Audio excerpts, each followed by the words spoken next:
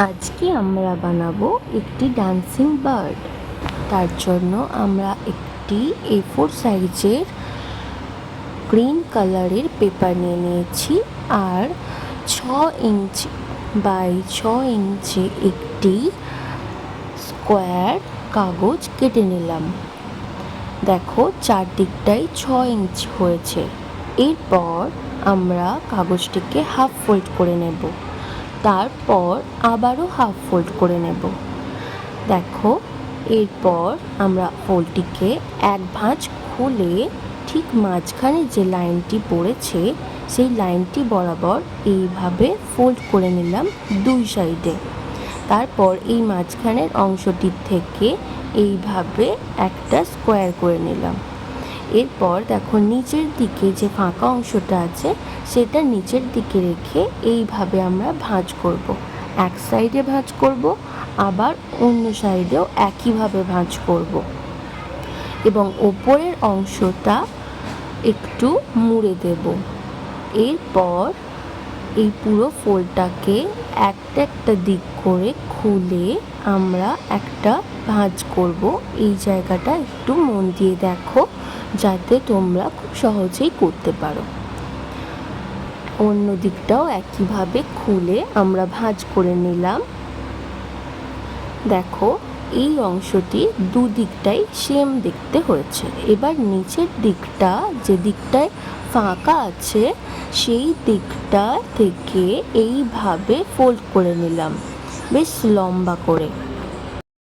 অন্য সাইডটাও একইভাবে ফোল্ড করব।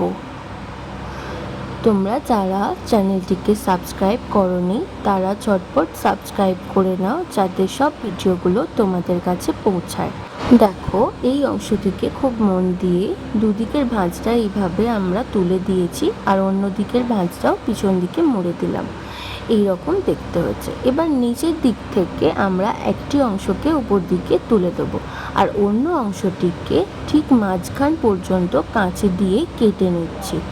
এটা হয়ে গেল ডান্সিং বার্ডের পা। এবার আমরা সাইড থেকে একবার ফোল্ড করে নেব। ব্যাপারটা একটু ছোটো মতো হয়ে যাবে, খুব সাবধানে করো, দেখো খুব ইজি মনে হবে। এরপর পাগুলো আমরা একবার ওপর দিকে ফোল্ড করব আর একবার নিচের দিকে। পাগুলো প্রায় তৈরি। অন্য দিকের পাটিকেও অন্য সাইডে ফোল্ড করে এইভাবে একবার নিচের দিকে ফোল্ড করব, একবার উপর দিকে। ব্যাস আমাদের পাটা তৈরি হয়ে গেল।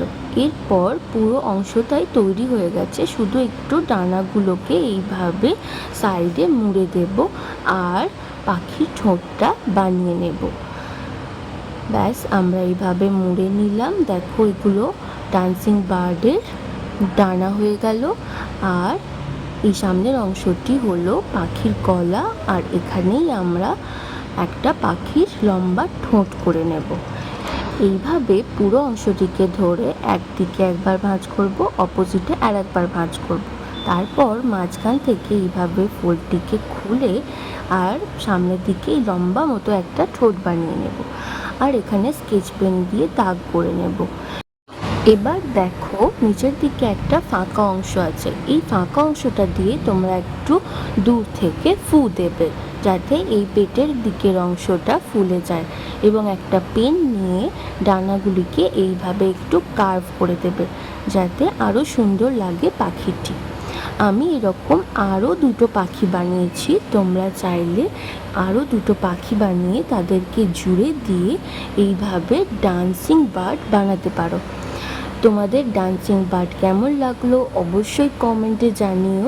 আর বাড়িতে তোমরা কে কটা ডান্সিং বার্ড বানালে আমাকে কমেন্টে জানাও। আর বন্ধুদের সাথে অবশ্যই শেয়ার করো যাতে তারা ডান্সিং বার্ডের মজাটা নিতে পারে। দেখো আমি এইভাবে ডান্সিং বার্ডের উইংসগুলো জুড়ে দিয়েছি আর ওরা দেখো কি সুন্দর নাচছে। তোমাদের কেমন লাগলো অবশ্যই অবশ্যই অবশ্যই কমেন্টে জানাও।